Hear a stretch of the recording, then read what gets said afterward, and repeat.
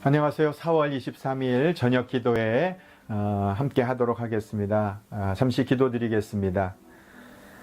하나님 아버지, 매일 저녁에 저희들 시간을 정해서 함께 말씀을 나누고 그리고 기도하는 시간을 갖습니다. 이 시간 우리 주님 성령으로 우리와 함께 하시고 우리를 가르치시고 깨닫게 하셔서 지금의 어려움의 상황들을 말씀과 기도로 이겨나갈 수 있도록 도와주십시오. 예수님의 이름으로 기도드립니다. 아멘. 오늘 말씀 제목은 정죄와 징계의 네 번째 날입니다. 요한복음 13장 10절 말씀 제가 말씀 읽겠습니다. 예수께서 이르시되 이미 목욕한 자는 발밖에 씻을 필요가 없느니라. 온몸이 깨끗하니라. 너희가 깨끗하나 다는 아니니라 하시니.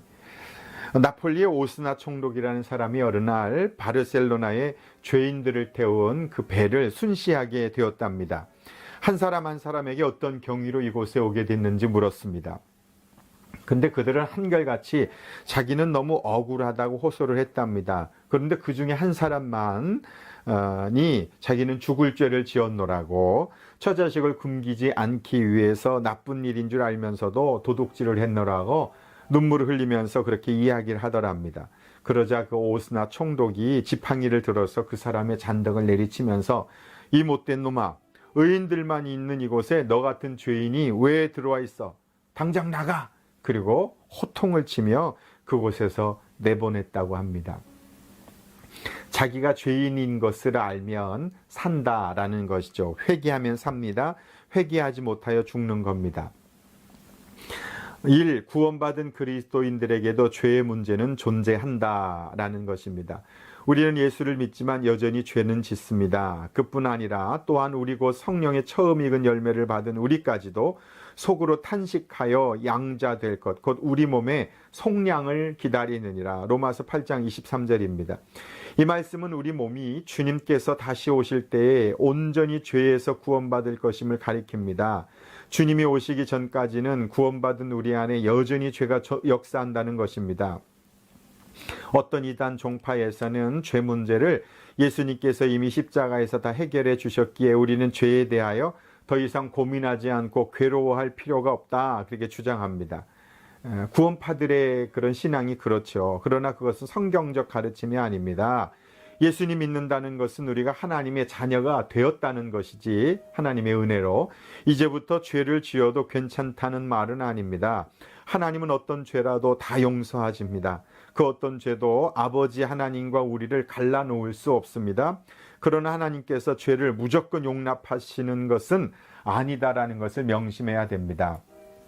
하나님의 은혜로 죄 용서함 받았지만 그렇다고 해서 함부로 죄를 지어도 된다는 뜻은 아니다라는 것이죠. 두 번째, 그리스도인은 정죄가 아닌 징계를 받는다. 다시 한번 말씀드립니다. 그리스도인은 정죄가 아니라 징계를 받는다.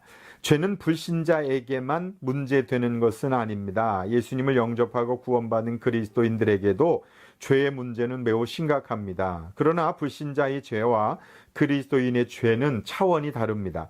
그렇다면 하나님의 자녀들이 죄를 짓는 죄와 불신자들의 죄는 어떤 차이가 있을까요? 그리스도인도 죄 지을 수 있습니다. 하지만 그 죄가 구원의 문제를 흔들어 놓을 수는 없습니다.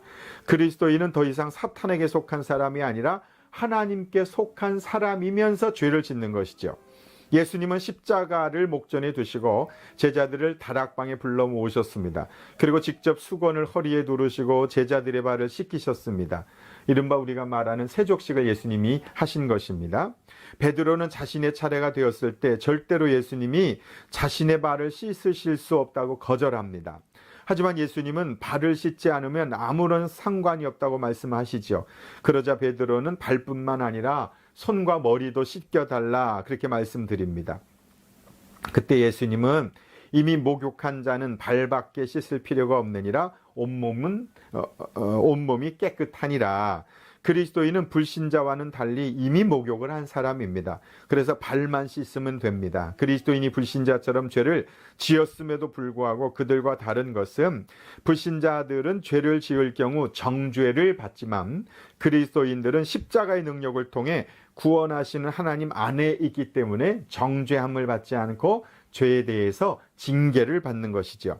정죄와 징계는 전혀 다른 차원입니다. 하나님 그리스도인이 잘못을 저질러 죄와 허물이 있어도 정죄하여 버리시지 않습니다.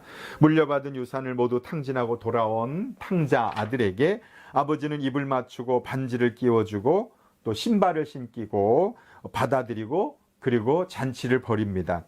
이것은 다시는 정죄하지 않는다라는 뜻이지요. 하나님께서는 하나님의 자녀인 우리에게 죄와 허물이 있으면 즉시 징계하셔서 회개하게 하십니다. 이는 부모가 자녀를 대하는 것과 같은 사랑이지요. 사랑의 근거로 징계합니다. 여기에 그리스도인들을 향한 하나님의 사랑이 있습니다. 유명한 부흥사인 무디에게 한 성도가 찾아와 이렇게 말했습니다. 제가 아무리 죄를 지어도 하나님은 저를 그냥 놔두세요. 하나님은 계시지 않는 게 분명합니다. 이야기를 듣고 있던 무디 목사님은 그 성도를 지그시 바라보며 이렇게 말했답니다. 부인은 지금 스스로 그리스도인이 아니라는 사실을 증명하고 있습니다. 아니 왜요? 제가 교회를 얼마나 오래 다녔는데요? 이렇게 반문하자 D.L. 무디는 이렇게 말했답니다. 당신이 만약 그리스도인이라면 하나님은 당신이 죄를 지었을 때 절대로 그대로 놔두시지는 않았을 것이기 때문입니다. 하나님의 자녀들에겐 죄를 지으면 하나님이 야단치시고 혼내시고 징계하시지요. 그러나 그 죄의 정죄함은 없다. 이미 예수 그리스도께서 우리의 모든 죄를 대신하여 정죄함을 받으셨기 때문에 그렇습니다. 그래서 징계는 하나님의 자녀가 받는 것이고 불신자들은 정죄를 받는 것이죠. 세 번째, 예수님의 사람은 회개를 통해 죄와 싸워 이겨야 합니다. 예수님의 사람은 회개를 통해 죄와 싸워 이겨야 합니다. 하나님께서는 죄 위에 은혜와 부흥을 부어주시지는 않습니다. 죄와 허물이 있으면 하나님의 자녀가 누릴 은혜와 축복을 누리지 못하게 됩니다. 기쁨도 사라지고 기도의 문이 막히고 감사가 없어지고 마음에 평안이 사라지지요. 힘을 다 빼앗긴 무능한 그리스도인이 되고 마는 것이지요. 그리스도인이 죄를 지으면 그렇다는 것이죠. 힘이 없고 능력이 없고 그리고 하나님 주신 참된 천국의 기쁨을 누리지 못하고 살아가지요. 그러므로 회개는 구원받지 못한 자에게만 필요한 게 아니라 오히려 구원받은 그리스도인들에게 더 필요합니다.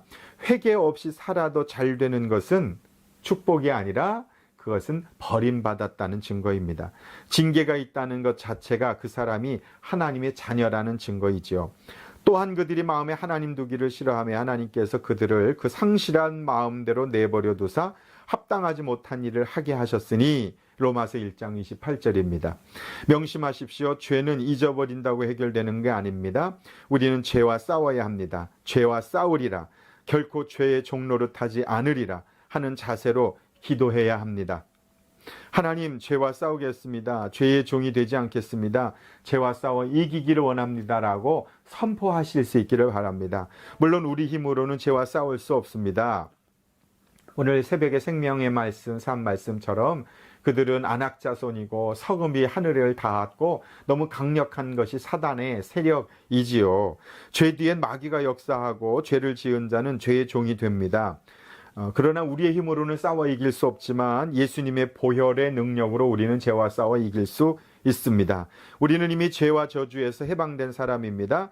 이제는 그래서 죄와 싸울 수 있고 반드시 죄와 싸워 승리할 수 있습니다. 그러므로 예수 그리스도를 온전히 의지하고 믿음으로 모든 죄와 더불어 승리하는 싸워 이기는 우리 모두 되었으면 좋겠습니다. 묵상하기, 죄를 지었을 때 어떤 느낌이나 생각이 들었습니까?